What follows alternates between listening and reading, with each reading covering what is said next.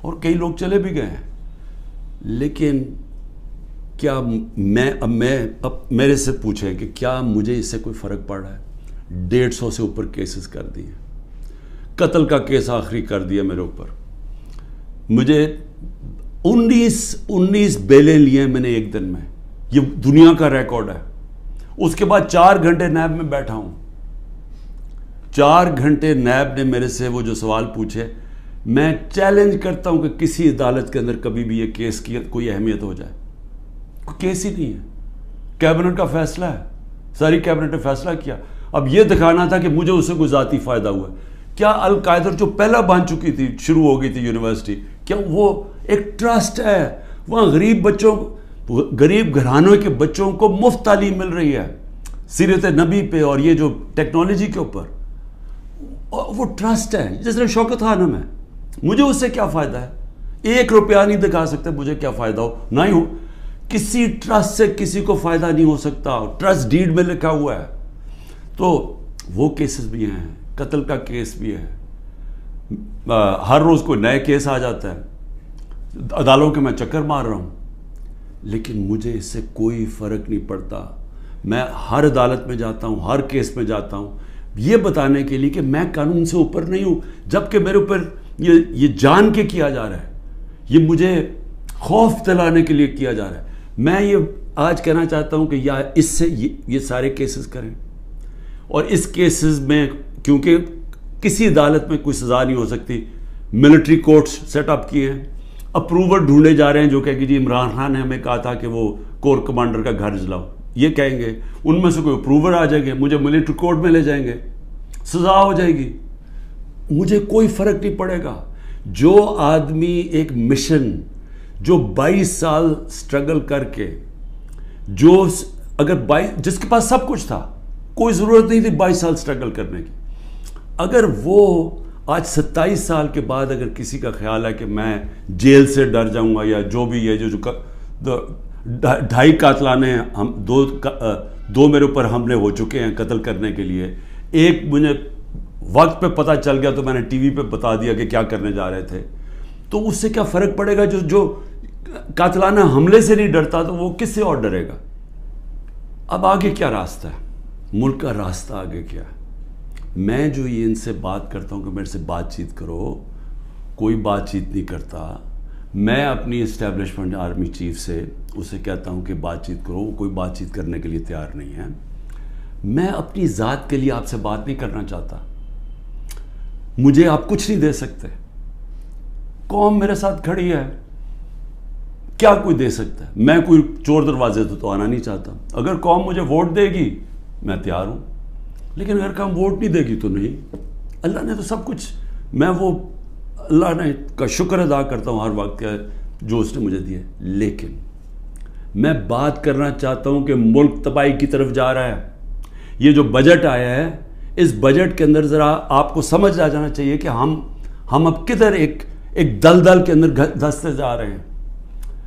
آپ یہ سوچیں کہ فیڈرل گورنمنٹ جو سارا جب وہ پیسے دے دے گی صوبوں کو, جو 5,000 ارب روپیہ صوبوں کو جب جائے گا, تو فیڈرل گورنمنٹ کے پاس جو پیسہ بچے گا اس سے زیادہ جو ہمارا سود دینا ہے, ہم نے قرضوں کے اوپر سود دینا ہے, وہ سود اس سے زیادہ ہے. 7,300 ارب روپے کا سود دینا ہے. مشکل سے فیڈرل گورنمنٹ کے پاس بچ جائے گا 7,000 ارب سے بھی کم, تو سارا پھر ملک قرضوں پہ چلے گا. ہم نے 3.5 سال میں 18,000 ارب 18,400 ارب قرضہ لیا تھا. 18,400 ارب قرضہ 3.5 سالوں میں. انہوں نے تقریباً 15,000 ارب قرضہ 1 سال میں لے لیا. تو یہ قرضے چڑھائے جا رہے ہیں, انڈسٹری بند ہو رہی ہے. گروتھ ریٹ جو تھی جس سے دولت میں اضافہ ہوتا ہے وہ 6.1% سال پہلے تھی, آج وہ پہنچ گئی ہے 0.3 پہ. تو جو دولت ہے اس کے اندر تو کمی ہو رہی ہے, قرضے بڑھتے جا رہے ہیں. ڈالر کدھر سے آئیں گے؟ انہوں نے 25-30 ارب ڈالر 1 سال کے اندر دینے ہیں, وہ کدھر سے آئیں گے؟ تو میں آج اس لیے یہ سوال پوچھ رہا ہوں کہ کوئی تو روڈ میپ ہوگا نا. ابھی تو روڈ میپ یہ ہے کہ کسی نہ کسی طرح عمران خان کو ختم کرو اور اگر P T I Imran Khan سے تو اس کو ختم کرو. تو ابھی تو یہ ون پوائنٹ ایجنڈا, ساری ایجنسیز, سب کچھ, سارے ملک کے ادارے وہ اسی پہ لگے ہوئے ہیں کام کرنے. لیکن میں سوال کچھ اور پوچھ رہا ہوں. میں یہ نہیں کہہ رہا کہ کریں, ہم کھڑے ہیں.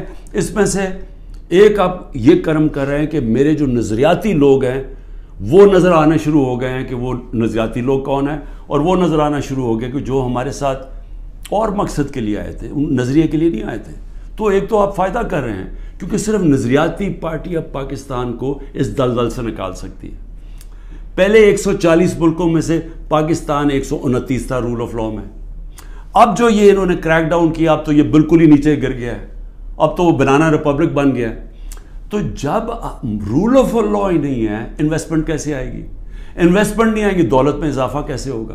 یہاں تو اس وقت پاکستانی پیسہ باہر بھیج رہے ہیں, پاکستانی ڈالر لے کے بیٹھے ہوئے ہیں کیونکہ وہ کسی کو اعتماد ہی نہیں ہے.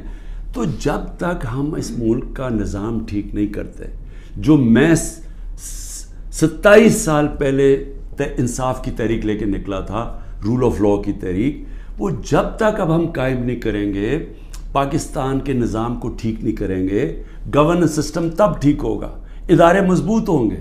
اور جب لوگوں کو اعتماد ہو جائے گا کہ ہمارے, اب جب میں اپنی سرمایہ کاری کروں تو یہاں کا جو قانون ہے, جو ان کی لا انفورسمنٹ ہے, جو ان کی عدلیہ ہے, وہ میری سرمایہ کاری کی حفاظت کرے گی, میرے سے فراڈ نہیں ہونے دے گی.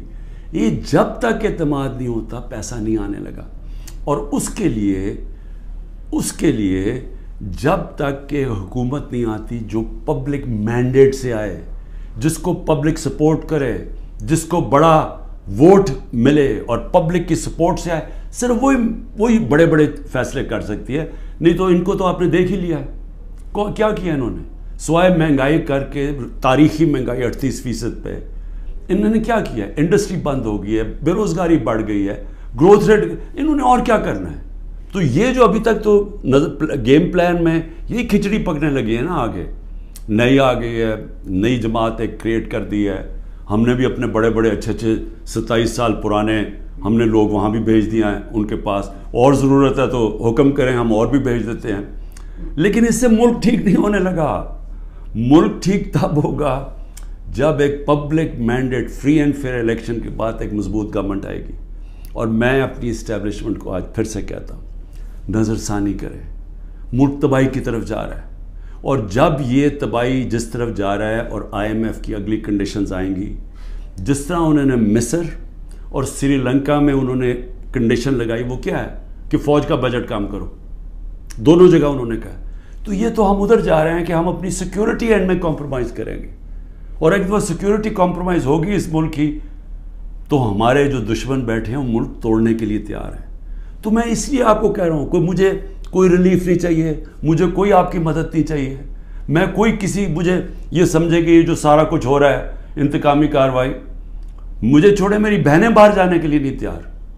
وہ تو عورتوں کے اوپر تو کبھی اس ملک میں ایسے نہیں ہوا, لیکن ملک نیچے جا رہا ہے. اور اس لیے وقت کم ہے. جس طرح دن بڑھتے جا رہے ہیں, ہم اور اپنے ملک کو تباہی کی طرف لے کے جا رہے ہیں. صرف قانون ختم ہو چکا ہے. کسی کو اس وقت, پھر سے میں کہتا ہوں, جب عدلیہ اپنے فیصلے نہیں کروا سکتی, جب آئین کی کوئی پرواہ نہیں کر رہا, جب پولیس کھلے عام گھروں میں گھس کے لوگوں کے گھر لوٹ رہی ہے اور اٹھا کے لے کے لوگوں کو جا رہی ہے, کلیکٹو پنشمنٹ دے رہی ہے, تو اس ملک میں تو اب باہر کے لوگ کیا سوچ رہے ہوں گے؟ بتائیں نا, بیرون ملک پاکستانی جو آپ کا بڑا اثاثہ ہے وہ کیا سوچ رہا ہوگا؟ وہ کوئی سوچے گا کہ پاکستان میں پیسہ لگانا ہے؟ تو اگر انہوں نے نہیں لگانا تو اور تو اس وقت کوئی ہے نہیں. جب تک ہم ملک کی ایکسپورٹس نہیں بڑھاتے, وہ تو ٹائم لگے گا کہ ہم اپنی ڈالر انکم بڑھائیں. تو اس میں تو صرف ایک ہی انٹرم میں تو صرف اوورسیز پاکستانی مدد کر سکتے ہیں. شکریہ. پاکستان زندہ باد.